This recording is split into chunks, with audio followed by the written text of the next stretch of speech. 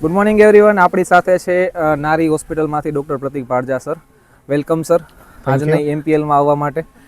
કેવો લાગે છે તમને આજનો માહોલ? ના, બહુ એનર્જેટિક અને એન્થુઝિયાસ્ટિક માહોલ છે. બધા ડૉક્ટરોએ બહુ પ્રેક્ટિસ કરી છે અને ખૂબ સરસ રીતે આયોજન પણ કરેલું છે. મવડીના બધા ડૉક્ટર્સે બહુ સારો માહોલ છે. સાહેબ પોતે મવડી ટાઈગર્સ ટીમના ઓનર છે. સાહેબ, શું લાગે છે આજની તમને ટીમ અને ટીમોના પરફોર્મન્સ જોઈને? મવડી ટાઈગર્સ જ જીતશે 100%. વાહ વાહ, ઘણી સારી સ્પિરિટ છે. સર, તમારી પ્રેક્ટિસ વિશે થોડું જણાવીએ.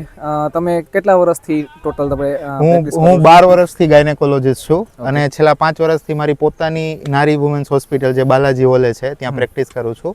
અમારી હોસ્પિટલમાં ગાયનેકને લગતા તમામ ડિપાર્ટમેન્ટ છે, જેમ કે high risk pregnancy, normal delivery, caesarean, અમે પેઇનલેસ ડિલિવરી પણ કરાવીએ છીએ. આ ઉપરાંત ગાયનેકના તમામ ઓપરેશન જે લેપ્રોસ્કોપીથી થઈ શકતા હોય, જે વજાઇનલી થઈ શકતા હોય, એવા બધા મિનિમલ ઇન્વેઝિવ ઓપરેશન્સ કરીએ છીએ. આ ઉપરાંત મેનોપોઝ ક્લિનિક અને જે ગર્ભાશયના મુખના કેન્સરના પ્રિવેન્શન માટેની જે વેક્સિનેશન અને પેપ્સમિયર ને એ બધી સર્વિસીસ છે. ટૂંકમાં એક રૂફમાં 9 વર્ષથી લઈને 99 વર્ષ સુધીની કોઈ પણ મહિલા હોય એના સ્વાસ્થ્યને લગતી તમામ સારવાર આપણે નારી વુમન્સ હોસ્પિટલમાં આપીએ છીએ. આપણી સાથે નારી હોસ્પિટલમાં એક તો તમે છો અને બીજી ડોક્ટર અમે 2 ડોક્ટર્સની ટીમ છીએ. હું ડૉક્ટર પ્રતિક ભાડજા અને મારા પાર્ટનર ડૉક્ટર ખુશ્બુ ઝાલાવાડિયા. અમે 5 વર્ષથી જોડે નારી વુમેન્સ હોસ્પિટલમાં પ્રેક્ટિસ કરીએ છીએ.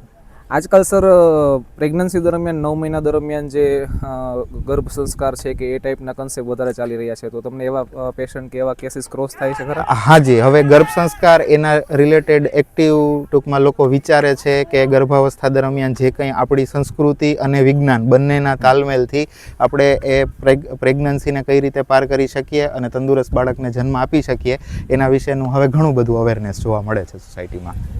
સર, આટલા વર્ષની પ્રેક્ટિસમાં હું તમને કહું કે કોઈ એવો એકાદો કેસ કે જે તમને ખરેખર યાદ રહી ગયો હોય, કે કોઈ પણ ચાહે કોમ્પ્લિકેશન હતું ને એમાંથી બહાર આવ્યો, અથવા તો કોઈ એવું પેશન્ટને લઈને કે કોઈ પણ એવી ઇવેન્ટને લઈને જે તમને યાદ હોય, કોઈ એવો એકાદો કેસ અત્યારે તમે ટાંકવા માંગો તો કયો કેસ હશે? એક કાર્ડિયાક પેશન્ટ હતું જેને આપણે ટેટ્રોલોજી ઓફ ફેલોટ કહીએ, એટલે કે જેની જે મુખ્ય ધમની હોય એ અને જે પલ્મોનરી આર્ટરીનો વાલ્વ હોય એ બનેલા જ ના હોય. એટલે એવા પેશન્ટનું નોર્મલી બી ઓક્સિજન સેચ્યુરેશન 70-72 રહેતું હોય, જેને કાર્ડિયોલોજિસ્ટે ઓલરેડી પ્રેગ્નન્સી રાખવાની ના પાડેલી, પણ છતાં પેશન્ટ પ્રેગ્નન્ટ થઈ ગયેલું અને આપણી પાસે 30-32 વીકે પ્રીટર્મ ડિલિવરી જોડે આવેલું. એને આપણે નોર્મલ ડિલિવરી કરાવી અને વ્યવસ્થિત કોઈ પણ કોમ્પ્લિકેશન થયા વગર પેશન્ટ અને એનું બાળક સુરક્ષિત રીતે આપણે ખૂબ સરસ, ખૂબ સરસ.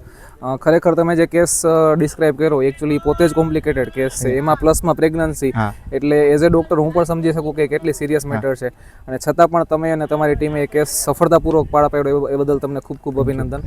મિત્રો, આ છે ડૉક્ટર પ્રતિક ભાડજા સર, નારી વિમેન્સ હોસ્પિટલમાંથી. બાલાજી હોલ પાસે આરકે પ્રાઇમ પ્લસમાં સર પ્રેક્ટિસ કરે છે અને આપણી સાથે મવડી એસોસિએશન સાથે આપણી ક્રિકેટ ટીમમાં પણ જોડાયેલા છે. ખૂબ ખૂબ ધન્યવાદ sir. Thank you so much.